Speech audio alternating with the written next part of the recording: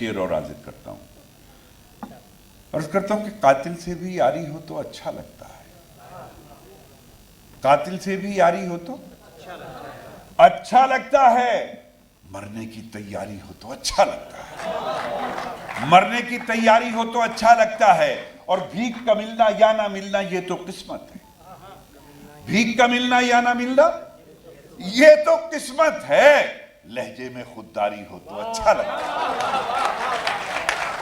भीख का मिलना या ना मिलना ये तो किस्मत है, लहजे में खुददारी हो तो अच्छा लगता है। और शोर शराबे से तो वैसे वहशत होती है, शोर शराबे से तो वैसे वहशत होती है। बच्चों की किलकारी हो तो अच्छा लगता है, बच्चों की किलकारी हो तो अच्छा लगता है, बच्चों की किलकारी हो तो अच्छा लगता है। अब जरा सा काफिया और रदीफ बदल के आपको शेर सुनाता हूं कि कातिल की बस्ती में रहना अच्छा लगता है, कातिल की बस्ती में रहना अच्छा लगता है, और फिर उसको कातिल कहना अच्छा लगता है। कातिल की बस्ती में रहना अच्छा लगता है और फिर उसको कातिल कहना अच्छा लगता है। और दोस्तों, दो मिसरों का तोहफा पेश करता हूं, जिंदगी में काम आ जाए तो मेरी खुशनसीबी, कि कातिल की बस्ती में रहना अच्छा लगता है और फिर उसको कातिल कहना अच्छा लगता है, कि रोने धोने से तो गम की वक़्त घटती है, वक़्त कहते हैं वैल्यू को, कि रोने धोने से तो गम की वक़्त घटती है, हर एक गम को हंसकर सहना अच्छा लगता है, हर एक गम को हंसकर सहना अच्छा लगता है। और पीतल के जेवर भी सोने जैसे लगते हैं, पतला शेर सुनो कि पीतल के जेवर भी सोने जैसे लगते हैं, उसके ऊपर हर एक गहना अच्छा लगता है।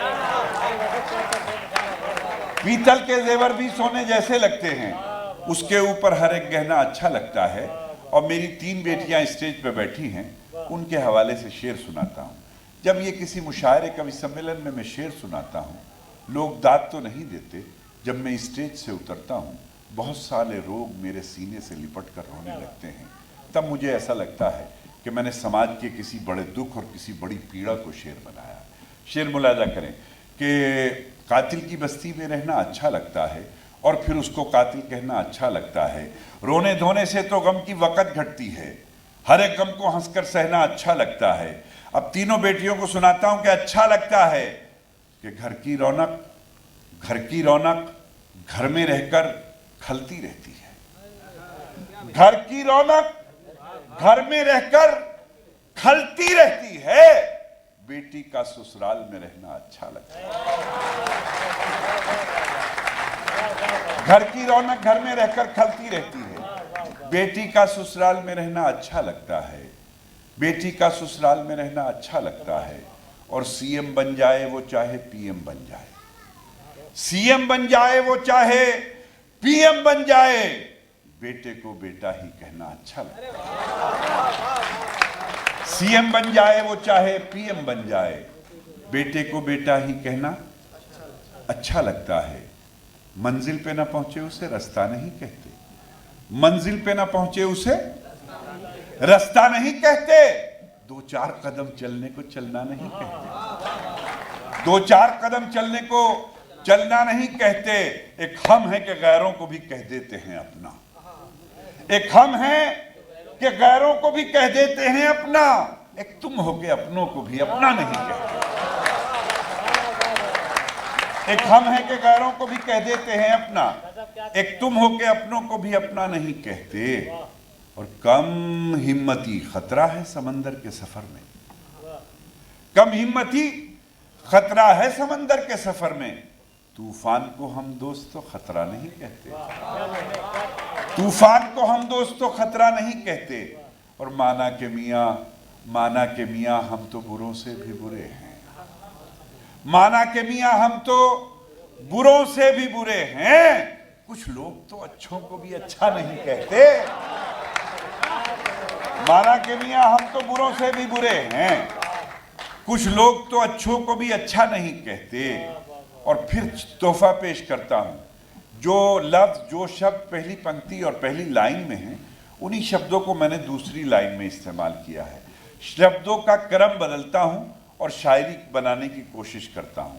मुलाहिजा फरमाएं कि कुछ लोग तो अच्छों को भी अच्छा नहीं कहते, अच्छा नहीं कहते। बन जाए अगर बात तो सब कहते हैं क्या क्या। बन जाए अगर बात तो सब कहते हैं क्या क्या, और बात बिगड़ जाए तो क्या क्या नहीं कहते।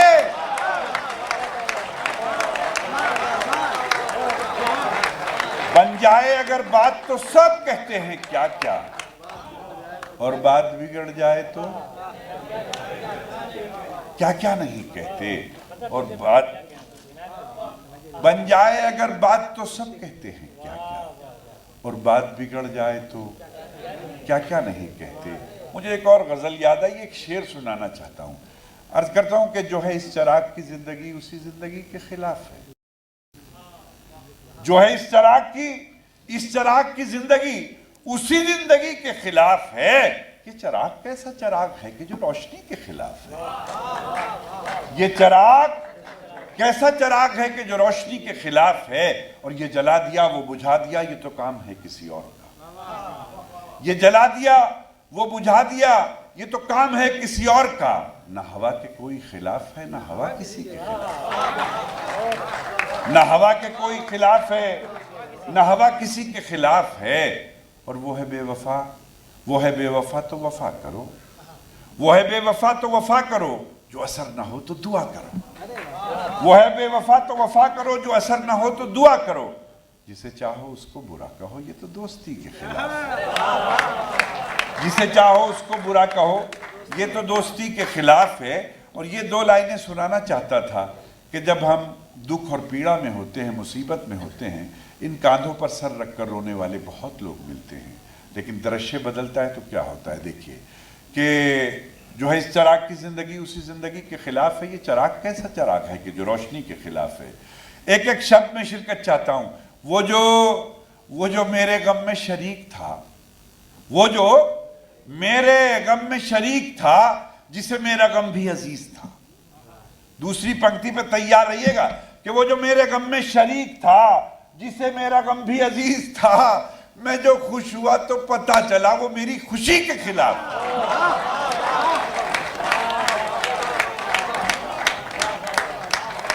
वो जो मेरे गम में शरीक था, जिसे मेरा गम भी अजीज था। मैं जो खुश हुआ तो पता चला वो मेरी खुशी के खिलाफ है। मुझे अपने पुराने चार मिसरे इसी से मिलते जुलते याद आए कि सितमगर वक्त का तेवर बदल जाए तो क्या होगा। सितमगर वक्त का तेवर बदल जाए तो क्या होगा। मेरा सर और तेरा पत्थर बदल जाए तो क्या होगा। और दोस्तों अब आशीर्वाद चाहूंगा क्षितिज के इस प्रोग्राम में कि सितमगर वक्त का तेवर बदल जाए तो क्या होगा। मेरा सर और तेरा पत्थर बदल जाए तो क्या होगा। अमीरों कुछ न दो, ताने तो मत दो इन फकीरों को। अमीरों कुछ न दो, ताने तो मत दो इन फकीरों को। जरा सोचो अगर मंजर बदल जाए तो क्या होगा। अमीरों कुछ न दो, ताने तो मत दो इन फकीरों को। जरा सोचो अगर मंजर बदल जाए तो क्या होगा। दुनिया ये मोहब्बत को मोहब्बत नहीं देती। दुनिया ये मोहब्बत को मोहब्बत नहीं देती। इनाम बड़ी चीज है, कीमत नहीं देती। और देने को तो मैं भी उसे दे सकता हूं गाली। देने को तो मैं भी उसे दे सकता हूं गाली। लेकिन मेरी तहजीब इजाजत नहीं। लेकिन मेरी तहजीब इजाजत नहीं देती। चंद शेर हाजिर करके इजाजत चाहता हूं। जी मैं वो हाजिर करता हूं कि इजाजत नहीं देती। एक गजल सुनाता हूं। अर्ज करता हूं कि फूलों ने दिए जख्म तो कांटों से गिला क्या। फूलों ने दिए जख्म तो कांटों से गिला क्या। क्या करना था अपनों को सुलूक और किया क्या। अब आपसे दुआ भी चाहूंगा, दाद भी चाहूंगा, तवज्जो भी चाहूंगा। मुलाहिजा फरमाए मेरे सब दोस्त, बेटे, भाई सब। अर्ज करता हूं कि फूलों ने दिए जख्म तो कांटों से गिला क्या। क्या करना था अपनों को सुलूक और किया क्या। जब हाथ में शीशा था न सागर था न मीना। मीना कहते हैं सुराही को, सागर कहते हैं गिलास को, कि फूलों ने दिए जख्म तो कांटों से गिला क्या, क्या करना था अपनों को सुलूक और किया क्या, तैयार रहिएगा किया क्या। जब हाथ में शीशा था ना सागर था ना मीना, गर दिल नहीं टूटा है तो फिर छत से गिरा क्या।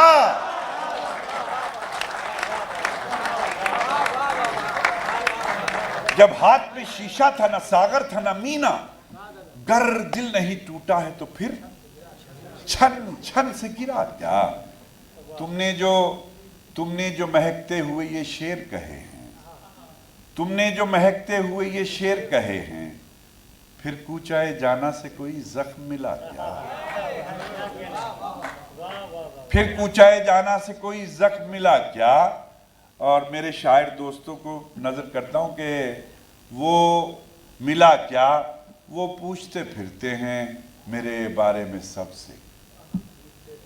देखिए, जो शेर धीमे से सुनाया जाए उसमें दाद देने वालों की जिम्मेदारी ज्यादा होती है। मैं भी धीरे से सुनाता हूं, आप भी दाद धीरे से देते हैं। कि जब हाथ में शीशा था ना सागर था ना मीना, गर दिल नहीं टूटा है तो फिर छन से गिरा क्या। वो पूछते फिरते हैं मेरे बारे में सबसे, एक मेरा भी शायर है उसे तुमने सुना क्या।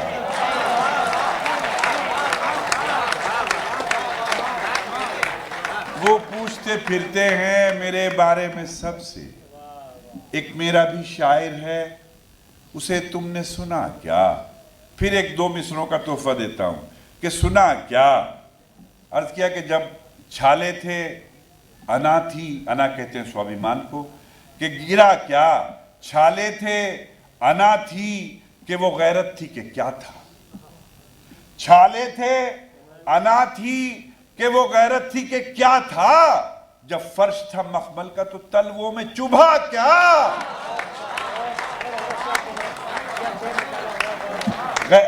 छाले थे अना थी कि वो गैरत थी कि क्या था। जब फर्श था मखमल का तो तलवों में चुभा क्या। एक निर्मल भाई का आदेश है मेरे, अच्छा, सफर में मुश्किलें आए तो जुर्रत और बढ़ती है, सफर में मुश्किलें आए तो जुर्रत और बढ़ती है। कोई जब रास्ता रोके तो हिम्मत और बढ़ती है, कोई जब रास्ता रोके तो हिम्मत और बढ़ती है।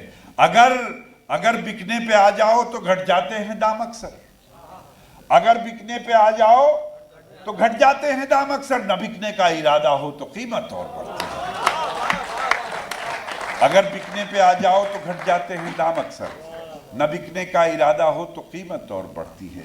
अदावत कहते हैं दुश्मनी को कि कीमत और बढ़ती है। ज़रूरत में अजीज़ों की अगर कुछ काम आ जाओ, ज़रूरत में अजीज़ों की अगर कुछ काम आ जाओ, रकम भी डूब जाती है अदावत और बढ़ती है। ज़रूरत में अजीज़ों की अगर कुछ काम आ जाओ, रकम भी डूब जाती है अदावत और बढ़ती है। आपने जिस मोहब्बत से सुना, मुझे एक मतलब एक शेर याद आया कि कीमत और बढ़ती है, मेरे हिस्से के कतरों पर पहरा बैठा रखा है, मेरे हिस्से के कतरों पर पहरा बैठा रखा है, उसने अपनी प्यास की खातिर दरिया कब्जा रखा है।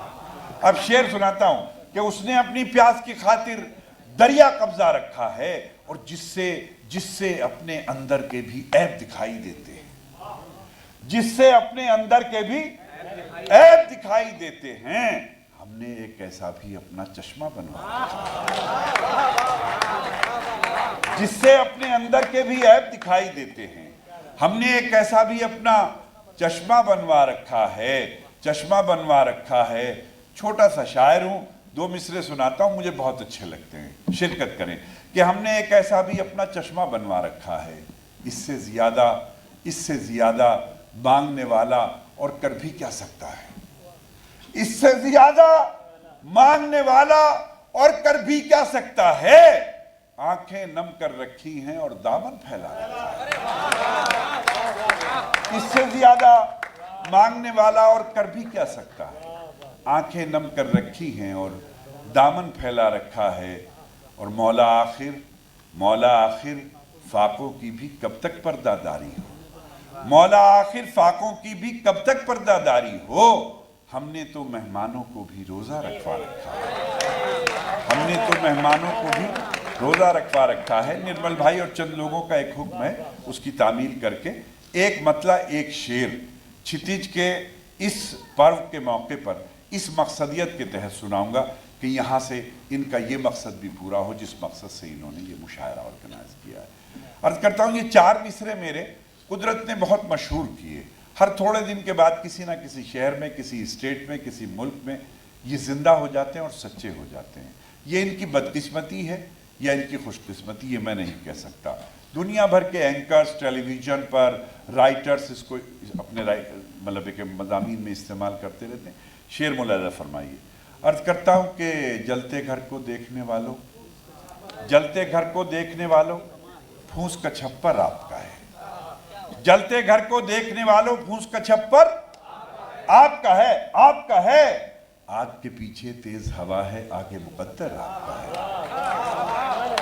जलते घर को देखने वालों, फूंस का छप्पर आपका है। आग के पीछे तेज हवा है, आगे मुकद्दर आपका है। और उसके कत्ल पे मैं भी चुप था, मेरा नंबर अब आया। उसके कत्ल पे मैं भी चुप था, मेरा नंबर अब आया। और मेरे कत्ल पे आप भी चुप हैं, अगला नंबर आपका। उसके कत्ल पे मैं भी चुप था, मेरा नंबर अब आया। मेरे कत्ल पे आप भी चुप हैं, अगला नंबर आपका है। क्षितिज ने और उनके दोस्तों ने ये प्रोग्राम किया। ऐसे प्रोग्रामों की समाज को सबसे ज़्यादा ज़रूरत है। दोस्तों, जब हम छोटे छोटे से थे तो 2 मंजिल का जो मकान होता था उसे चौबारे वाला मकान कहते थे। जैसे हमारी अम्मा कोई सामान भिजवाएंगी तो कहेंगी भाई चौबारे वालों के यहाँ दे आओ, यानी कि अगर 2 मंजिल का मकान है तो उसे बहुत बड़ी बात समझी जाती थी। आज मकान 50-50 मंजिल के होते हैं, लेकिन उन 2 मंजिल के छोटे मकानों में बड़े लोग रहते थे। आज बड़ी इमारतों में बड़े छोटे लोग रहते हैं। बड़ा बदलाव आया।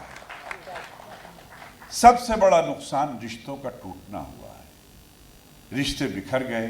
मैं आपको एक संस्मरण सुनाने के बाद, मेरे फादर के दोस्त थे बुद्ध प्रकाश जौहर, उर्दू के बड़े राइटर हैं, तकरीबन 13-14 किताबों के राइटर हैं।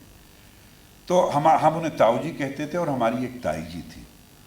तो उस ज़माने में हमारी ताई जी मतलब वो पल्लू वाली साड़ी बांधती थी जो नीचे लटका रहता है, यहाँ तक ब्लाउज यहाँ तक होता था। तो हम अपनी ताई जी को लेने जाया करते थे। 1 महीने में ताई जी 3 दिन हमारे यहाँ रहती थी। तो रक्षा तांगे होते थे, उस जमाने तांगे होते थे, रक्षा तो होते नहीं थे, लेकिन हम डोली वालों को लेकर के जाते थे, कहारों को साथ। तो हम डोली अंदर रखवाते, ताई जी अंदर चली जाती थी, डोली में आकर बैठती थी, फिर उसके ऊपर चादर डाली जाती थी। और जब हमारी ताई जी बैठ जाती थी तो मुझे भैया कहती थी और कहती थी, भैया देख मेरी हांडी उठा ले, एक डोई उठा ले और एक प्लेट उठा ले।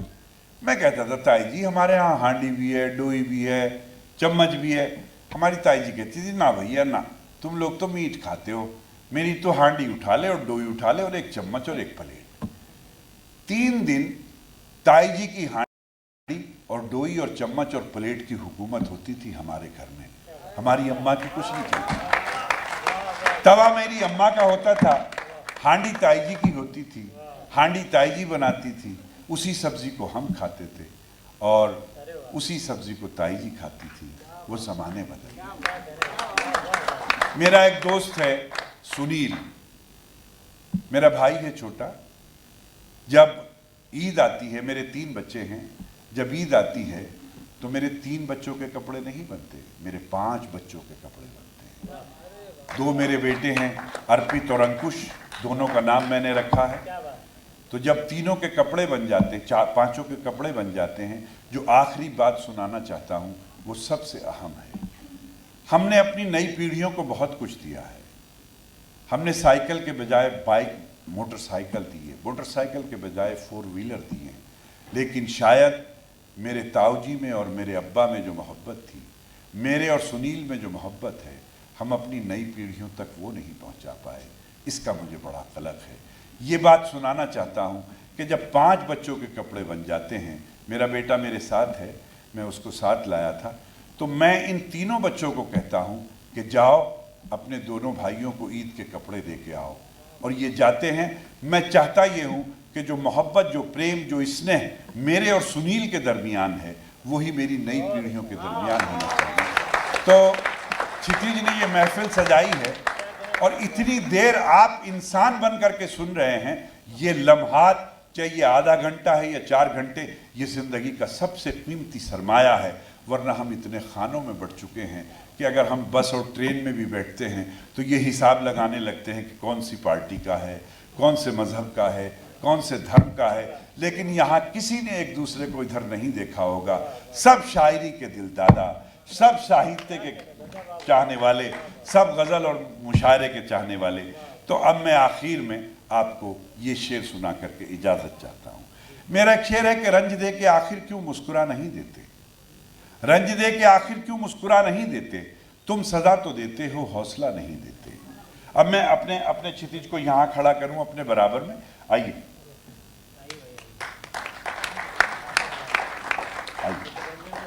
अब अगर ये तस्वीर बना ली जाए जिसमें क्षितिज मेरे बगल में खड़े हों, नवाज देवबंदी के बराबर में क्षितिज श्रीवास्तव खड़े हों, और ये तस्वीर वायरल कर दी जाए और इस तस्वीर के नीचे लिख दिया जाए हिंदुस्तान, तो ये सबसे सच्ची बात होगी, सबसे अच्छी बात। बहुत शुक्रिया।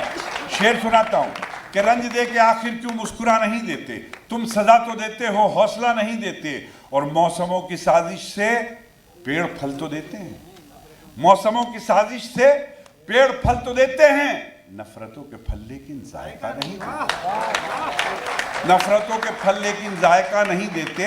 और आखिरी 4 मिसरे सुनाकर इजाजत, खुदा करे कि इस स्टेज से ये बात हिंदुस्तान की आखिरी सरहद तक पहुंचे।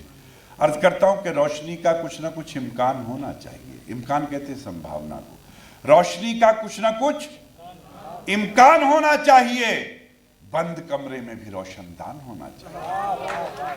अब दोस्तों तैयार रहें कि रोशनी का कुछ ना कुछ इम्कान होना चाहिए, बंद कमरे में भी रोशनदान होना चाहिए। वो जो अनपढ़ हैं, वो जो अनपढ़ हैं, चलो हैवान है तो ठीक है, हम पढ़े लिखों को तो इंसान होना चाहिए।